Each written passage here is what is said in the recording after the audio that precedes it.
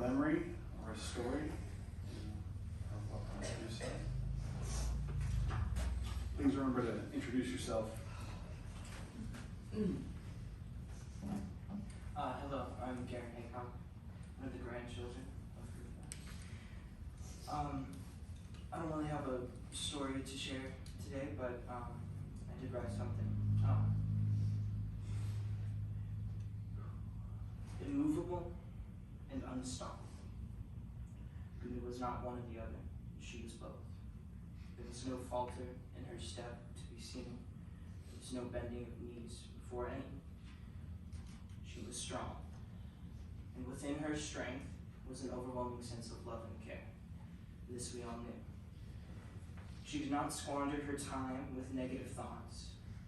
She shared her love with any she met along her path. Countless are the ones who have been blessed by her. There is a cowl of somber air hanging above our family today, in between the laughter and the reliving of memories. Yet I believe if one listens closely, you can not only remember, but feel and hear her words of comfort, reassurance that everything will be okay and that it is okay. Words hoping to brush away our pains, reminding us of what she taught us. No negativity would dissuade her passion. No cloud would loom upon her fields. No rain could usurp her sunflower parade. No darkness would shroud her light. Each lesson a blessing. Before I run the risk of rambling and diluting my words with tears, I'd like to rekindle a piece of her life today. And from this day onwards, I'd like to ask, should you meet people along your path in life that did not receive her grace, I'd like to encourage you to offer them what she has given to us. A shoulder to lean on, a heartfelt gift, a warm hug, sound advice, comforting words, and unconditional love. May we be forever grateful, ever loving, and at peace, until we meet again, our best friend, our dearest gift. Thank you.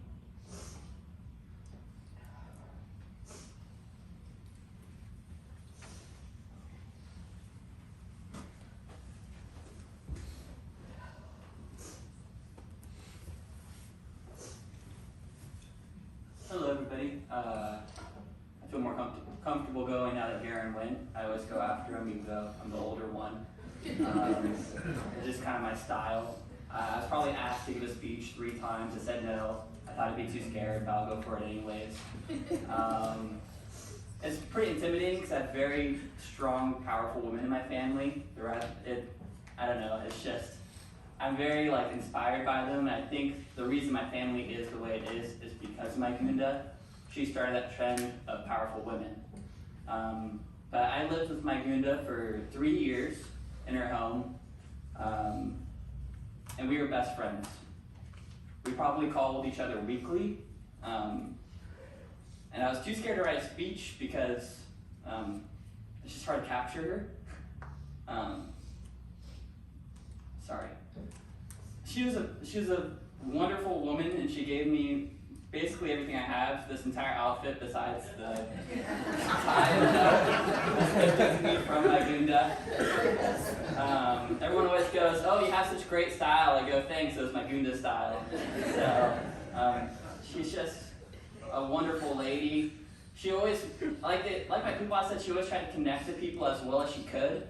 It was funny. My Uncle Brian was talking to me, and he said, Sandra never watched TV. She didn't watch TV shows, movies, anything like that. And I was like, yeah, she did.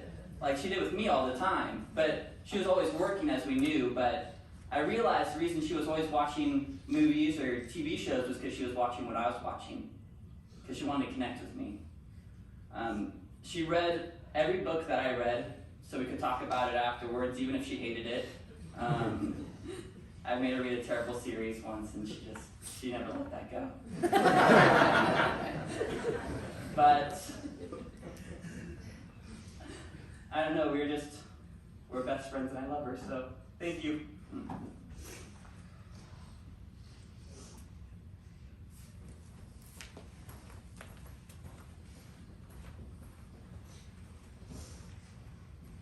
Hey guys, I'm Ryan, her son. Mom was she was a tomboy at heart, full tomboy. But you wouldn't believe the outfit she could wear. When she put herself together, she was stunning. She loved dancing. She always liked doing the cha-cha. Front, back, step, step, step, step, step, step. She, when I was younger, she would take me to Sacramento, and I'd have like 3-hour rehearsals, 4-hour rehearsals, and she'd sit and wait and everything. She was very patient. Got to do that as well. One time we came across a homeless man that helped her park. She didn't really like parallel parking at that time. She was driving the Chevy Blazer for all the old school ones out there that remember that. And he helped her park. And every time for about a year after that, whenever we go down, she would go out of her way and circle block after block, just trying to find that same guy. That's kind of her. She could make a friend out of nowhere, and she would hold on to them. Some of her dearest friends in this world are those that she talked to on the phone. And she would have these long, lasting conversations with them. Relationships that she would start talking about another woman's name, and I'd be like, I feel like I've never met them in my life. And yet they were one of her dearest best friends ever. To finish, when I was 8, Death decided to visit her. And she had a sledgehammer in her hand, and she passed it to Death. And she said, you're either going to help me knock down this white fence, or you're going to get the heck out of here. She did that many, many times. She kicked cancer's ass. And that's how I like to remember. Thanks, y'all.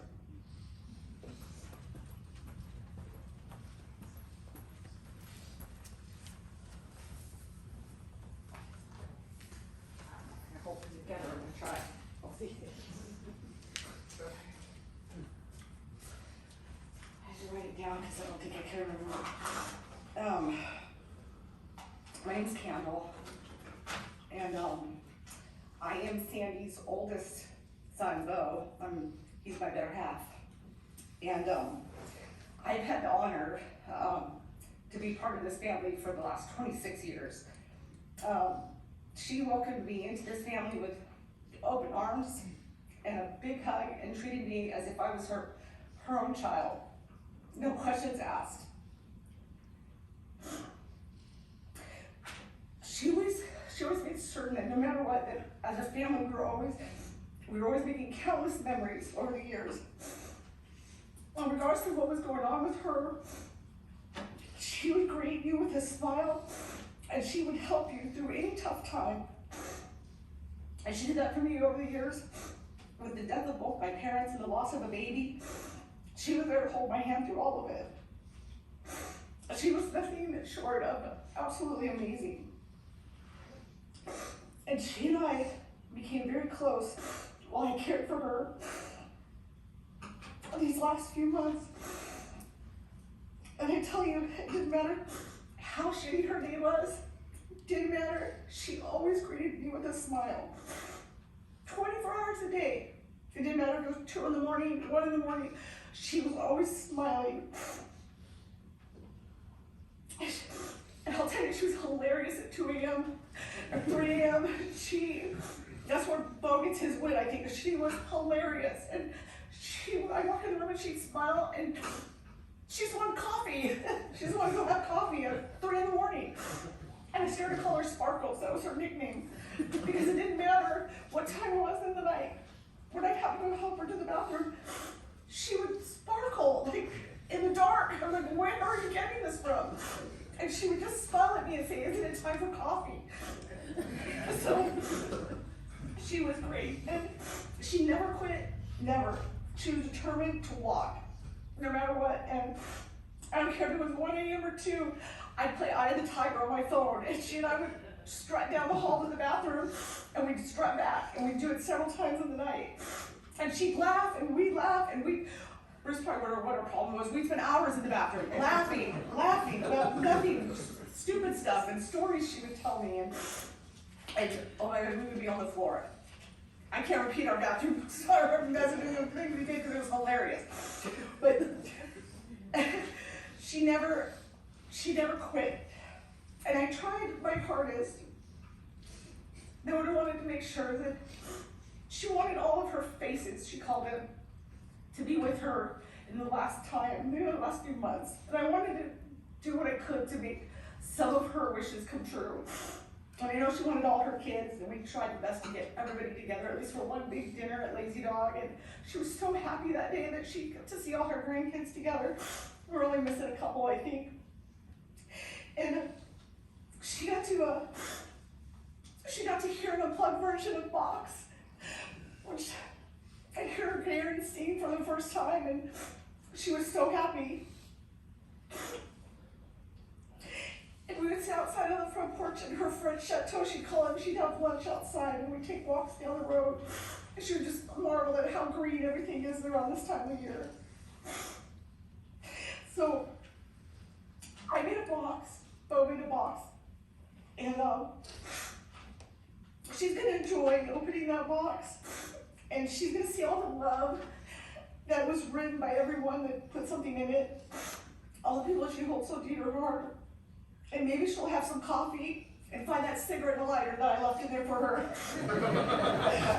And she's gonna sit down and she's gonna read, and she's gonna see how she has managed to touch the lives of so many people and inspire us to never give up and to find the good in all that surrounds us and to love with all of our hearts.